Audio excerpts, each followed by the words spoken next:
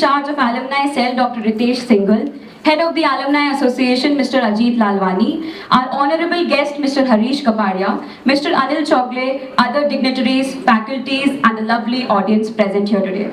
My name is Shrishti Sharma and I'm the chairperson of Sydenham Alumni Cell. Today we've all gathered here to have an alumni talk with Mr. Harish Kapadia. The Alumni Cell bridges the gap between the current students and the notable alumni of our college. I have been a part of the cell since 2 years now, and one of which was online. But even during the pandemic, the cell didn't stop its working. We had so many events with Mr. Keki Mistry, Vidhi Kasliwal ma'am, Dilip Choksi sir, and a lot more. We also have a streak of newsletter that publishes every month without fail. The Alumni Cell, with the support of professor, principal, and seniors, has always strived to achieve the best. Now I would like to request Ritesh sir to felicitate Harish Kapadia sir via bouquet. Dignitaries on the dais, the main speaker of today's event, Shri Kapadia ji, Shri Ajit Lalwani ji, founder and director of Sydenham College of Commerce and Economics Alumni Association, my alumni cell, Professor colleague Dr. Anil Chogle sir, Shri Sham Kotak ji, all the faculty members of Sydenham College, chairperson of Sydenham Alumni Cell, Shrishti Sharma, also last year's chairperson Freya Sheikh is also there. I am happy that you have come. And all the students of Sydenham College Alumni Cell, as well as the students from right from junior college to degree college, I welcome you all for this event. This is actually the first event of Sydenham Alumni Association, and it is jointly organized with the Sydenham College Alumni Cell. It's been a long journey, as Srishti has already given some idea about how it was. But this journey began in the year 2017, when I became the professor in charge of the Sydenham Alumni Cell. And since then onwards, I have received a lot of cooperation from the principal of the college. In 2017, we had Dr. Bhide sir, then Dr. Pakde madam, and now Dr. Kagalkar madam have given us immense support. And because of the support and the hard work of the students, that we have our own Facebook page, we are on Instagram, and also we organize various programs, including since from the year 2017-18 onwards, most of the programs which are held in college, the chief guest is coming from our alumni only, because I think that we are sitting on something like a, it's like a gold mine, and we were not utilizing it. So I think that instead of going outside and requesting outsiders to come and be the chief guest, so we decided that why not have our own people to come here and be the chief guest, because they are all eager to come and address the students. So I see a lot of enthusiasm today among all of you, and I give my best wishes to this program and also all the programs which you will see in the coming days. Thank you very much.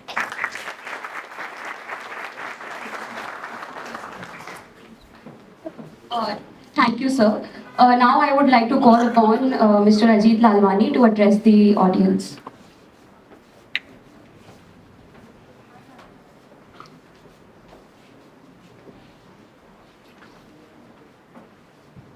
Good morning and a warm welcome to all of you who have gathered here today to witness the first Syd Talks, courtesy Harish Kapadia.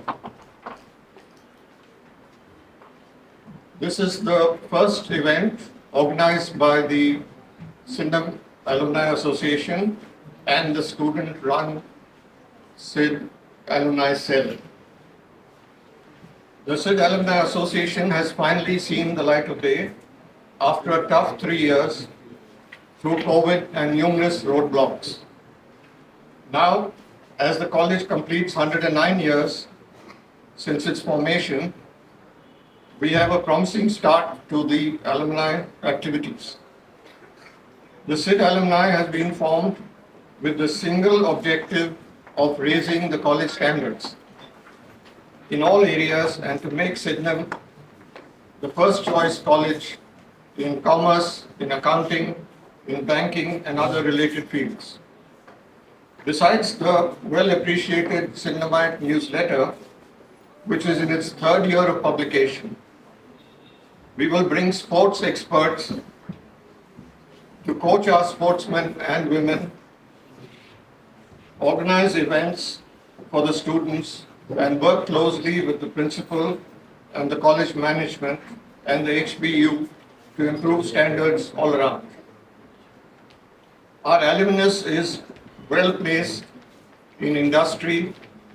We have many prominent professionals and many leaders in business, and they have shown the eagerness to contribute to the college in any way that they can.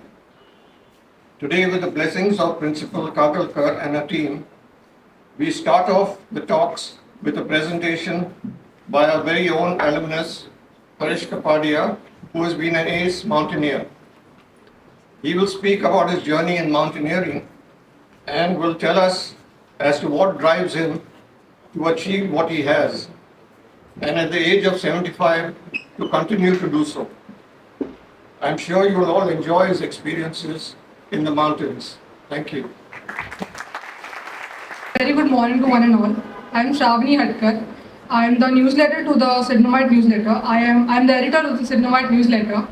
I am extremely overwhelmed to get this opportunity to address you all on this auspicious occasion of Alumni Talks powered by Sydenham Alumni Cell.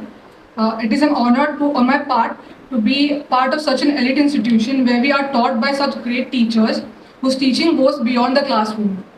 Also, they are the ones to be thanked for organizing such a huge event. We all have assembled here today to motivate and cherish the young minds present among us, because all these students you are witnessing today will be receiving honors for their talents as grown-up responsible citizens of tomorrow. On behalf of Sydenham Alumni Cell, I welcome our honored guest, who is an expedition leader and honorary member of several leading alpine clubs. He is the first Indian to receive the Royal Medal, the Patron's Medal, after 125 years. The President of India bestowed upon him the prestigious Tenzing Norgay National Adventure Award for Lifetime Achievements, India's highest adventure award. He has also garnered the King Albert Gold Medal and the George Lynam Medal. In 2017, he received the UIA Palais d'Or or Asia in 2017. This is deemed as the Oscar of mountaineering. This is the most extensive list of awards I have ever seen while introducing someone. This is undoubtedly a mark of his that the history will remember for years to come. Furthermore, he is a proud father and a well-liked peer among his social group and college peers.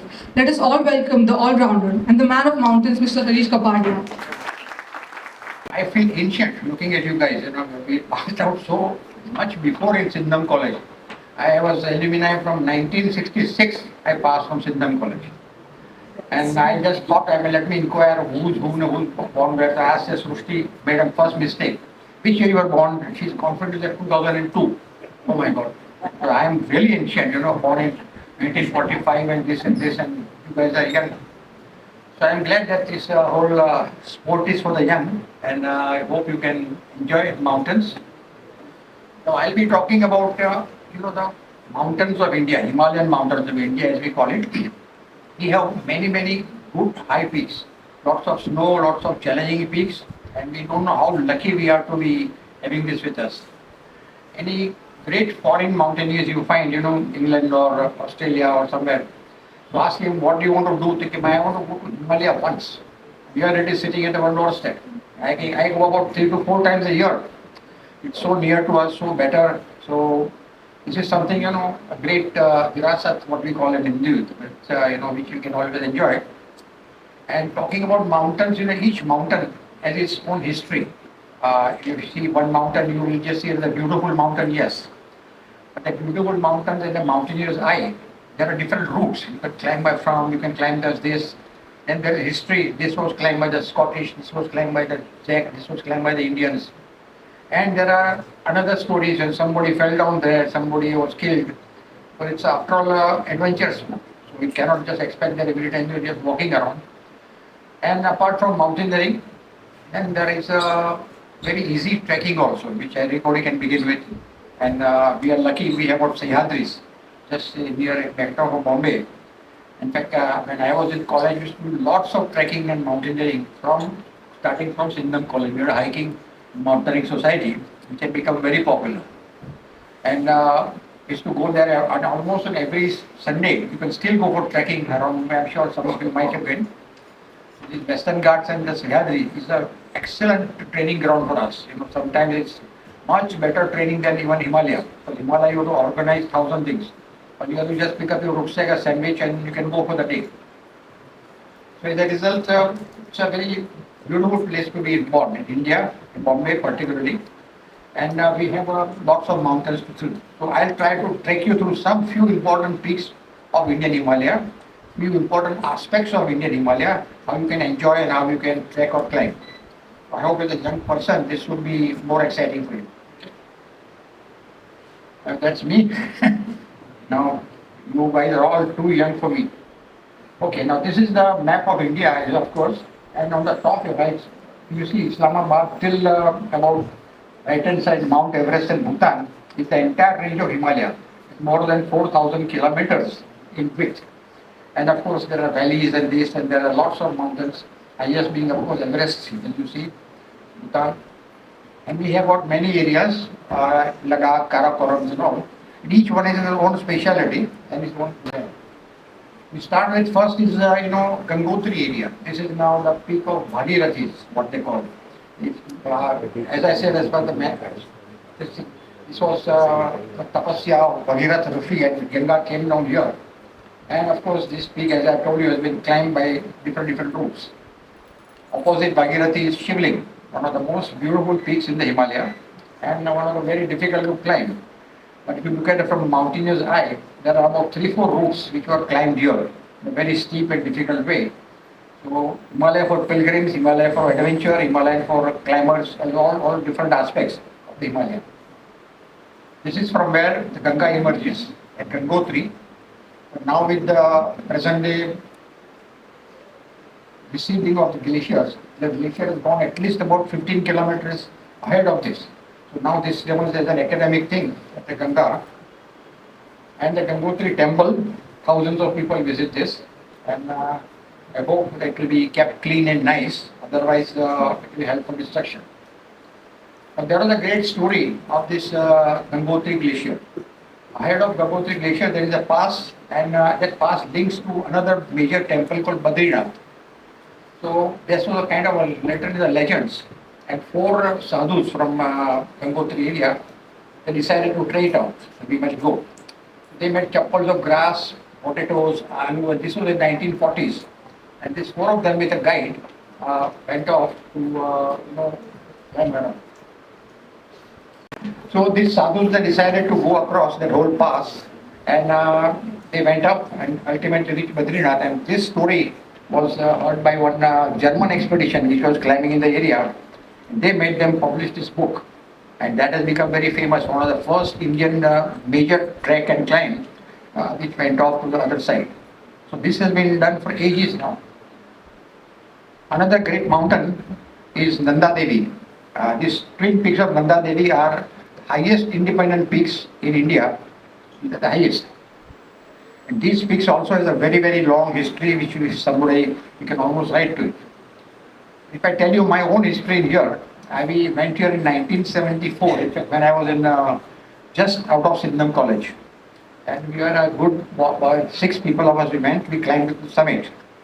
And on the way back we were delayed, and I fell in a crevice. Crevice is a kind of a gaping hole in the snow, and I had to be rescued. I dislocated my hip joint, I was painful and spent a lot of hours inside the crevice. Then my friends came and rescued me. So, and then I had to be dragged onto the mountains and got back.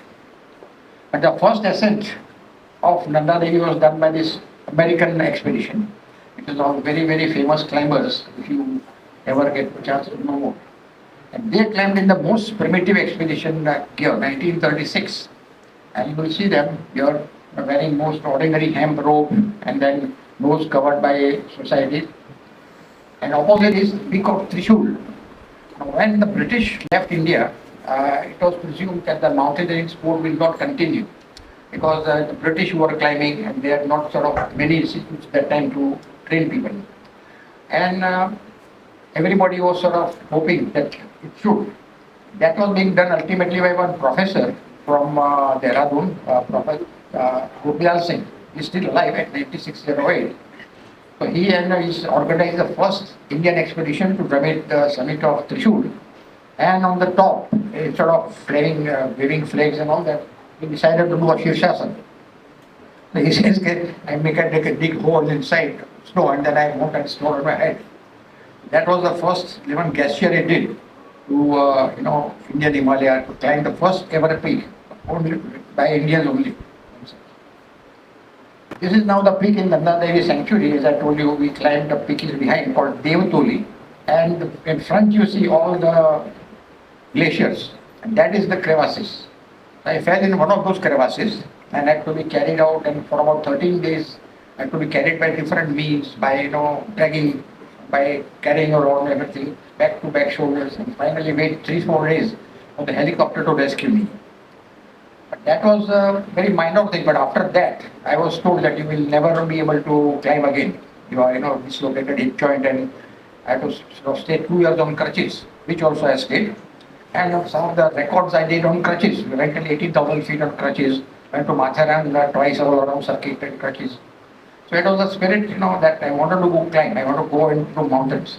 That sort of kept me going, that you must really work hard to all this for fitness. And now, of course, things are much better. You got far better opportunities of physiotherapy and all coming. That's what kept me going. And after 74 recovering of this, I have done at least another 50 years of mountaineering. So if you are determined, if you have decided, you will definitely be able to do it. But the route to Nanda Devi Sanctuary itself is very challenging. You will find, this sort of rocks you have to climb. And then you will find the center of a doctor of the team. You got scared. So ultimately 2 people had to carry him slowly with him across the road. And then there is a thing called Vaikunt Gali, the pathway to heaven. Because it's a very narrow little footpath going. And if you're with a rucksack, so if you touch on the right side on the snow, you fell down onto the gorge. So the porters always say, if you climb this up, you will reach the heaven of Nanda Devi. If you fall down, you will reach the heaven anyway. Heaven, this is quite a pathway to heaven. But inside the Nanda Devi Sanctuary, it is beautiful, very nice. It's a completely enclosed area. I will not go into facts and details, but it's a very nice area. And we built a small temple in memory of my son. And it's a very, very nice area. And this is what we reached the summit. And like typical students, we had forgotten our flags. So ultimately, I removed my scarf, and that's what we waved it. And this is about the highest peak climb that time in 1974 by our expedition. And we are just 6 students from Bombay colleges who just got together and gone there. We were very lucky. And this is, of course, the helicopter came after 7-8 days to rescue me. And this I am putting inside. And you see I'm sitting, so because with a hip location, I don't know, we'll ask some doctor, you can never lie down. You remain sitting because the joint is out. So I had to remain sitting for 14 days, just like this, day and night. And it was a good experience, and with my Parsi friends and all with me, constantly cracking jokes to me. And from the helicopter, I could look down to this whole, what is called Rishi Gorge, how the narrow trail is from, Yoshimat to Nanda Devi Sanctuary. And this is called Rishi Gorge. It's a lot of historical connotation. And nearby, another high mountains are Panchachuli. 5 chulis, as you see, there are 5 peaks. Sharply going up chuli is a common word. And because of sunlight in the evening, it shows rays going up. So it is believed by the locals that the Pandavas are cooking their meals on the summit of this peak before going to heaven. And so that tradition goes on. We organize an expedition going to climb the left-hand side, the highest peak of the area, Panchachuli 2. And it was very challenging because to get into this, and in 1992, we had just sort of begun. So here we are, standing at the Indian Ranikhet, planning everything. Any expedition requires lots of planning, climbing. You got what food you will take, what equipment you will have, who are your support team, who are planning everything, then the correct season to go. So if you just blindly go for climbing, you will end up in serious trouble. So all these calculations have to be done. And my co-leader there was Sir Chris Bonington. He's a very famous world mountaineer. Managing to go through it, very dangerous, and you have to go absolutely in accurate location and distances. So this is, you can see, this kind of a thing you have to walk through on an expedition. This is very dangerous sometimes. And all these things are behind are the crevasses which ultimately fall down. And there we were climbing. That time Sir Bonington's whole wall collapsed under him. So he said, do you think this is the correct way to go? And here I am behind, quoting, no sir, we would prefer the other way. So this was named after Bonington's terror. This whole group was terrible. So we went to the other way, it turned out to be equally bad. So then he called it, okay, you called it Bonington's terror, I called it Harish's horror. So we had terrible time climbing through this. Whatever difficulties there were, snow and ice, here the difficulties were on this, and we had to sort of fix rope and go up. It is not just going up once, all our luggage and everything has to come up and down. So several times you have to do this, and it requires lots of theory.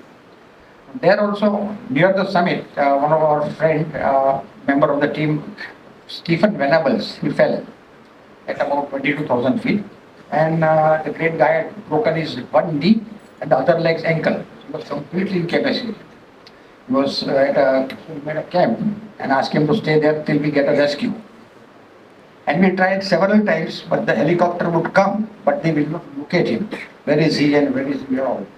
Ultimately, we had to definitely keep on trying. We're planning a ground rescue also with hundreds of us going up, trying to get him. But that is more dangerous because the whole thing might collapse more. So finally, on the last attempt, the helicopter brave pilots managed to lift him up.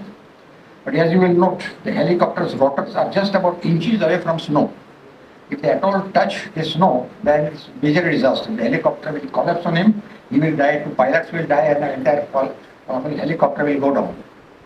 So it took a very brave pilots at about 22,000 feet to do this rescue. And I'm glad we have a very strong Indian Air Force and very strong rescue conditions coming.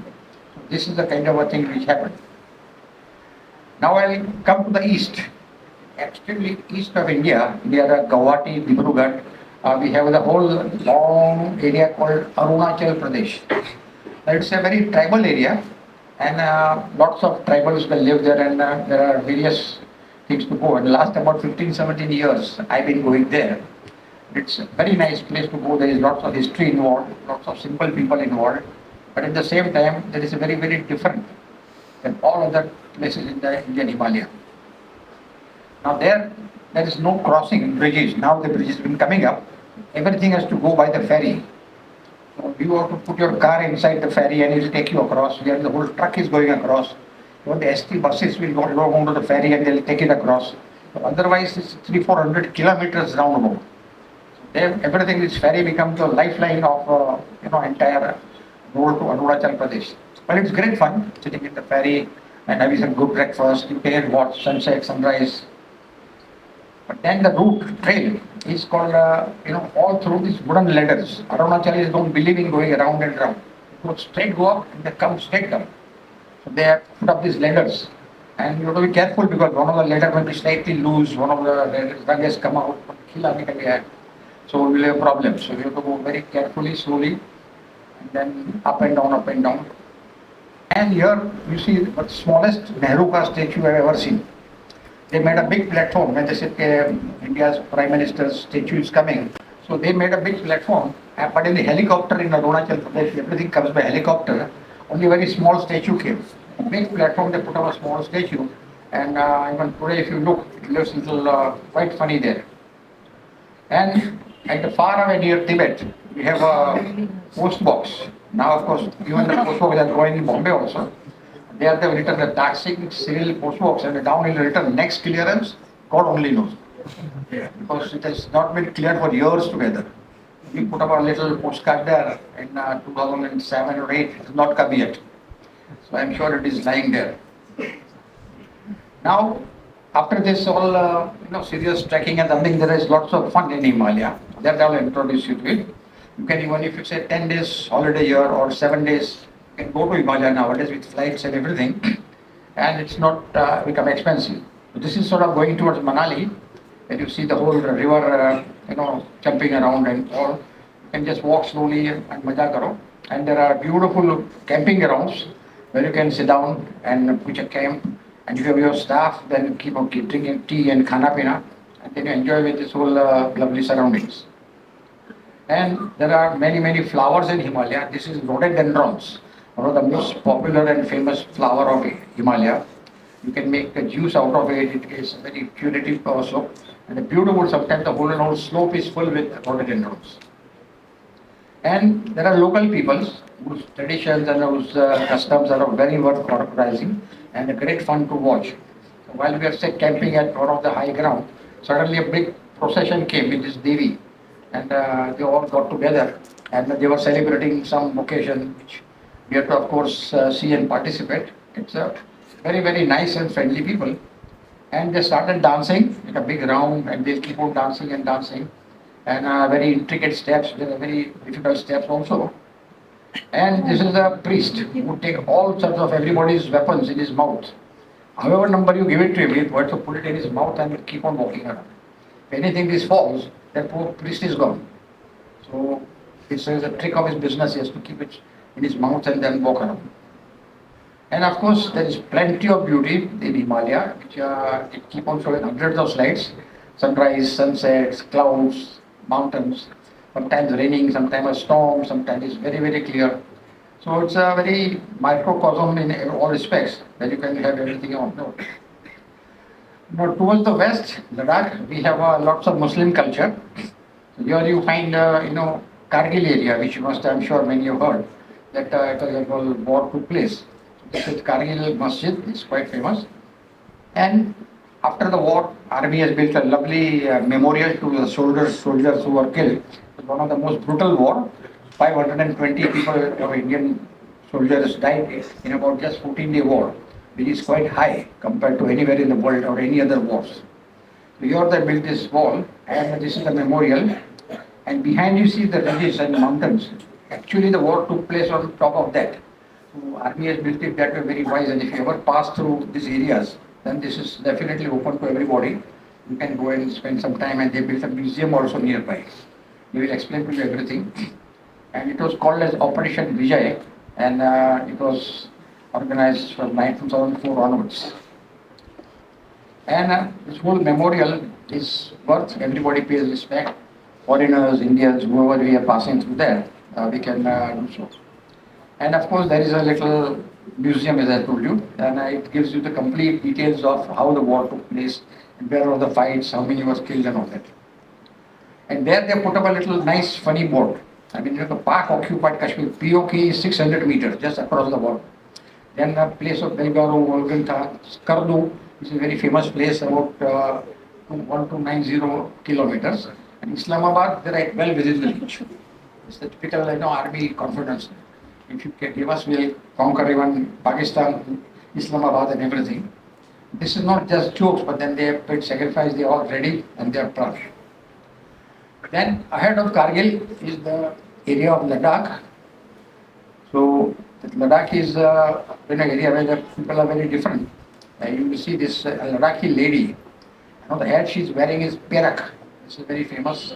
This stone is a kind of jewelry, and very, very expensive, this jewelry all over.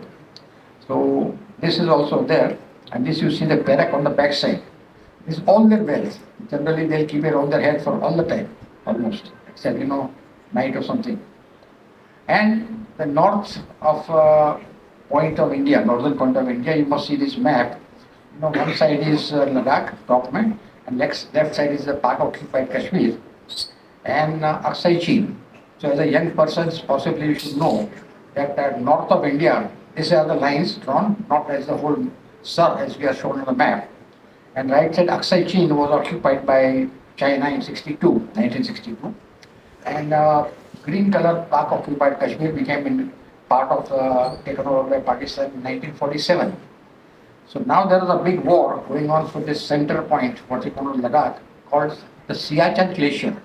You might have heard of Siachen Glacier. It is the greatest glacier in the world, and this war is the high altitude war going on for last 24 years. And lots of Indian soldiers have died, fought. We spent lots of money on this as a commerce also, if you will see. And this is the area which is very, very useful.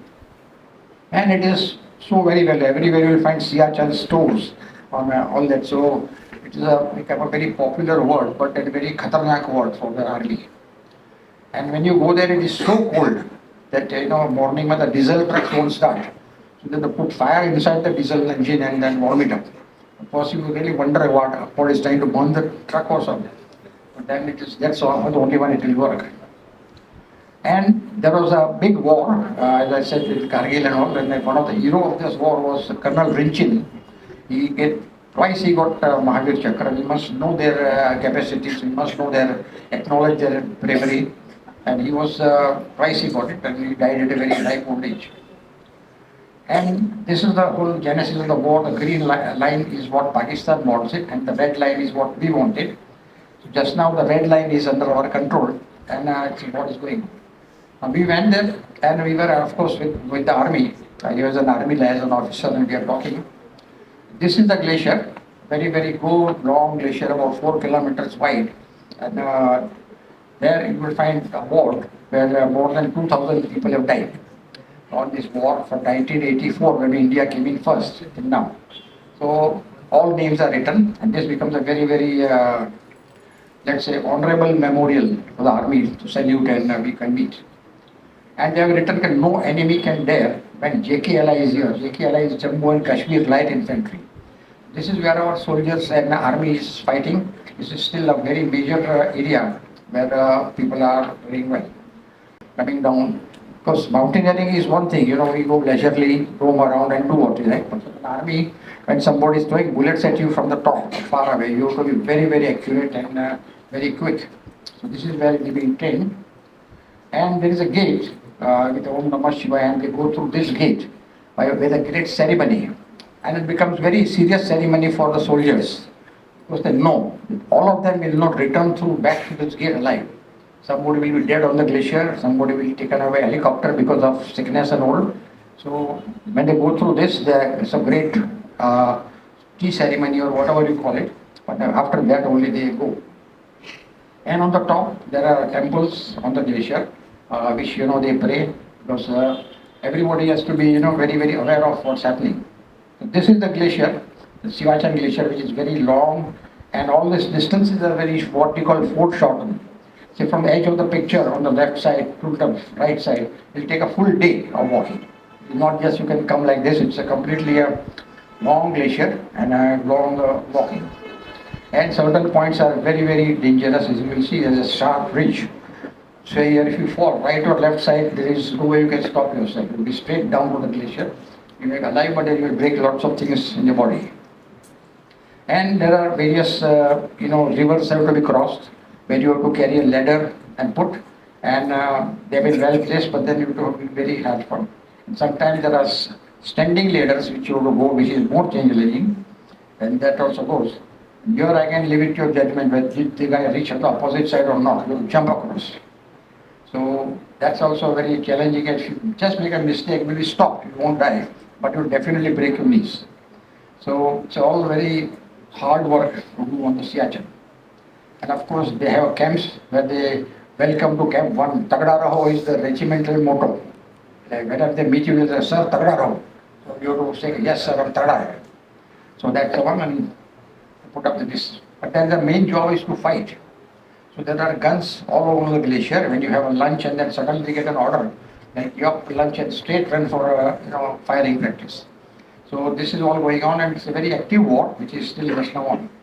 And you will find, you might have heard of the Bofors guns. India they purchased, that is for this. And the whole Bofors guns are being used here. And Indian army and soldiers are definitely doing a lots of great work. And another unique thing on the glacier itself is what called OP Baba, operational post. There is no other deity on the glacier, because this operational post, he goes ahead and directs an accurate artillery fire, which you call.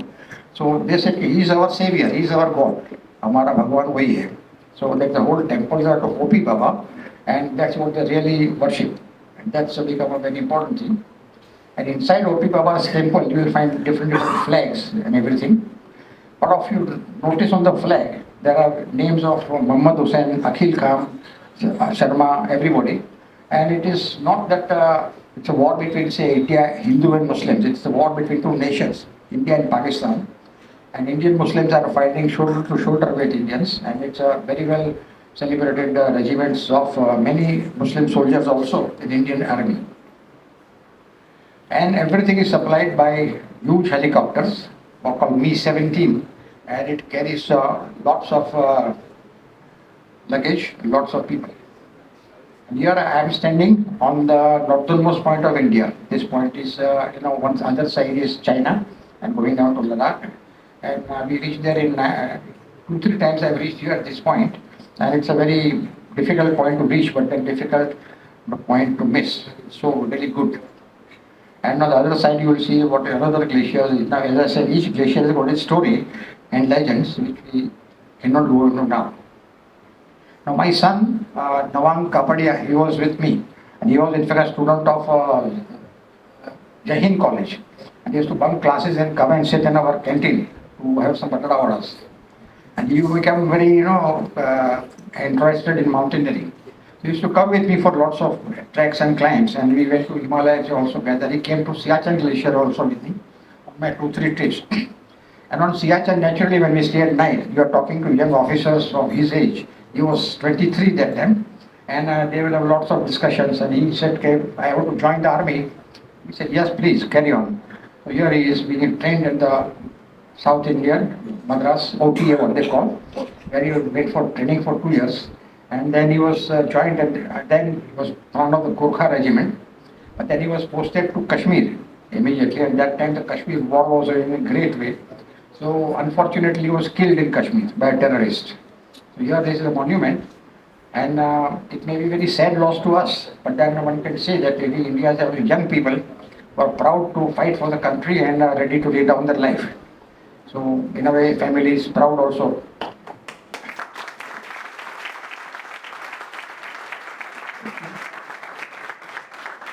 So in his memory, we decided to do something for Siachen. So this is my favorite view of Siachen, big glacier and the soldiers marching on it.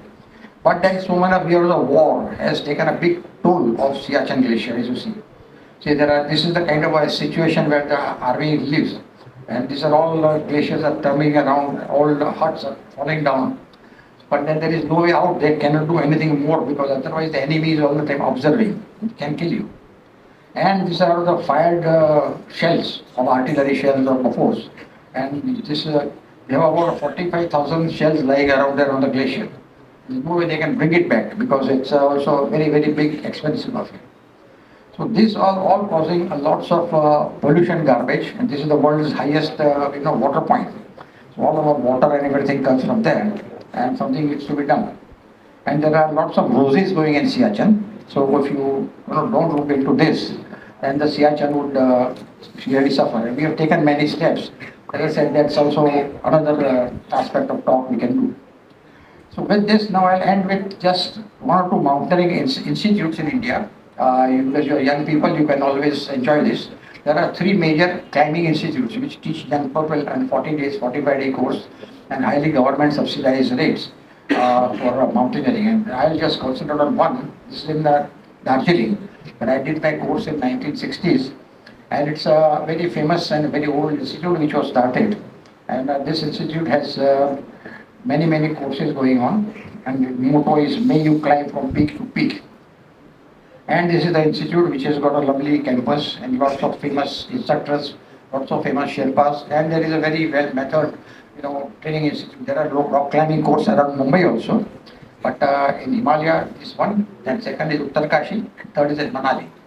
Between those 3 institutes, all the Indian mountaineers are being trained, and you are most welcome to join any of these. Of course, there's a big rush, so you have to book it in advance and go. And they're with a great safety and great techniques. They teach you and train you everything for climbing or just enjoying trekking more safely. And the institute was formed by Sherpa Tenzing Norgay, and he was the first person to climb the Everest in 1953. And when he died in 86, there is a statue of him, he was put up here, and he still remains a kind of, let's say, moral guide of the whole institute. And nowadays, this is, absolutely modern everywhere, is the rock climbing wall. And this wall can be, built anywhere, and lots of people climb it. Foreign, if you go to every university, every college has got a wall like this. Because just between say 2 periods, you have about 15 minutes off, you can just climb one route and come back. And it really trains the young people to lots, and they have done lots of studies that in foreign countries, this has changed a student's mind. He becomes more adventure oriented, more disciplined, more better. In foreign, their drug problems have been solved because of this climber. All his energy and everything is used on this climbing wall. So I would suggest to Mr. Lalwani, the Alumni Association, to put up a climbing wall somewhere in the Sydenham College. That would really help them. Yeah. So with this, I'll end my wall, and hopefully in future I will have something. Thank you. So here we move on to the fun segment of today's event. So sir, we'll be taking a short rapid fire session, wherein the drill is that you need to answer as soon as you can. So, can I start? I've never done this before, so let's see. It's about mountaineering or others? In general, sir. Okay. Okay. If you could have an unlimited supply of anything, what would it be? Cutlets. I love cutlets. What is your favorite dessert? That is caramel custard. A song that makes you happy? Some Sherpa songs, you don't know. Yeah. Are you an optimist or a realist? Optimist, very much optimist. 2 languages you cannot speak but wish to learn. French. Which is the favorite book of yours that you've written? About of Snow by Kenneth Mason. Alright. Name some of your favorite cities or countries. Cities wise, of course, nothing better than Bombay. So there's no way you can put it. And countries wise also, I would say I would stay in India because it's a Himalaya. I travel everywhere, give lectures, but then always back to here, and Bombay very young. Definitely. How would you rate yourself as a traveler on the scale of 10? I mean, what do you mean by 10 means what? 10 being the highest, 1 being the lowest. So how would you rate yourself? Traveler means what? Is accommodative or Basically, explorer. How would you rate yourself as an explorer, as a traveler? 10. Alright, so one place in college that is close to your heart. Your Heart. heart is at the gallery in the center, but we have put a grill now there. Otherwise you said it. Who was the best buddy of your college times? Best buddy was one Vallabh Mekpara. He was a student from Gujarat. He has come and we did a lot of climb together. Okay, which was your favorite college fest? College fest. We never did anything fest like that time. But we used to organize. It's Sydenham College was the Golden Jubilee in 1963. That time we performed lots of plays. There were lots of famous artists here. Mehdi Modi, son of Saurabh Modi, and many others who are acting here. And we had President Dr. Radhakrishnan coming for the celebrations. He gave a very speech. He was saying in the principal's room. His little speech is being put up on the wall. That speech is still in front of the principal's office. If you people will go out, you can have a look. Even I noticed it today, which used to be your go-to bunk place from the college. Generally movies. I'm a very fond of movies. Go for any morning show. Ours is usually Marine Drive, right? The last one, a teacher who motivated you the most. Teacher is Sydenham College? Yes, sir. Sydenham College, Professor Abhinkar of Economics. He was a very good teacher. We get lots of good interaction with him. That's where I learned my business. All right, sir. It was fun. It was a fun session indeed. Let's have a round of applause for sir.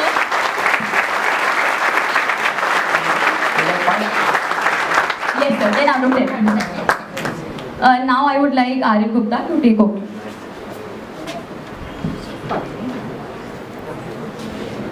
Wow, what an amazing talk that was. Sir, we all can feel the energy and the passion that you have for Himalayas and mountains in general. We all take many takeaways from the same. Now I would like to thank Harish Kapadia sir for spending his valuable time with us and gracing us by your presence. I would also like to thank our Honorable Principal Ma'am Madhuri Kavalkar for allowing us to do this wonderful talk and for always being cooperative. I would also like to thank Professor in charge, Dr. Ritesh Singhal. I would like to thank the Head of Alumni Association, Mr. Ajit Lalwani, and to all our dear professors for constantly supporting and encouraging us. Last but not the least, I would like to thank each and every member of Sydenham Alumni Cell. Without all of your effort, this event wouldn't have been success. And yes, thank you each and everyone who joined us today. I hope you had a lovely time being here, and see you all very soon in our next Alumni Talks. Till then, have a good day ahead.